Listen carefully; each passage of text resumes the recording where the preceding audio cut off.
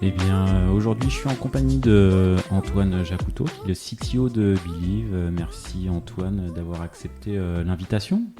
Eh ben, merci beaucoup à toi, Pierre, de m'avoir invité. Je suis ravi. C'est avec plaisir et un petit coucou à Nicolas Nallet qui nous a mis en relation et que j'avais reçu sur le podcast également.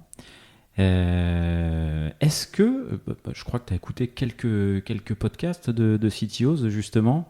Est-ce qu'il y en a un ou plusieurs que tu mettrais en valeur? Je pense que je vais évidemment mettre en valeur celui de Nicolas. Tant qu'à faire. C'est marrant, j'aurais presque pu le parier. Voilà. Non, j'ai beaucoup apprécié son intervention sur l'importance du cadre. C'est quelque chose qui nous parle énormément aujourd'hui chez Believe, et je pense qu'on le mentionnera un peu plus tard, mais on a des vrais sujets aujourd'hui de réorganisation de la façon dont on travaille, de la façon dont on collabore.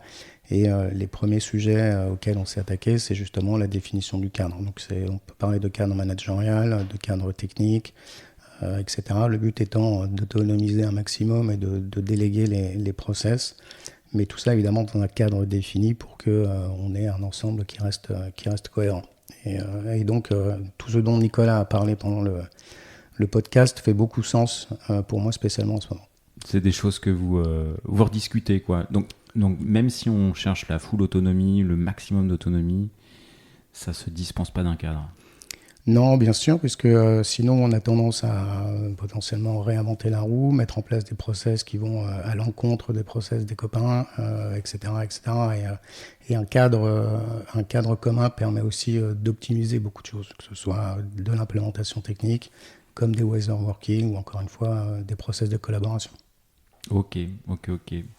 Eh ben, écoute, je pense que c'est une synthèse rapide, mais effectivement, il y a d'autres choses de l'épisode que c'était un peu la substantifique, moi, des sujets qu'il voulait développer bien dans le détail. Est-ce que tu te rappelles d'autres choses? Écoute, moi, ce dont je me rappelle surtout, et c'est ce qui confirme mon dîner de Nicolas, c'est qu'il représente la force tranquille, et c'est quelque chose que j'ai bien ressenti aussi dans cet épisode-là, sur la façon dont il exprimait ses idées et ses convictions. Ok, eh ben écoute, j'espère qu'on aura donné envie aux auditeurs qui n'ont pas encore écouté le podcast d'aller cliquer sur le lien qu'on mettra. Et puis je te remercie pour ce feedback. Avec plaisir.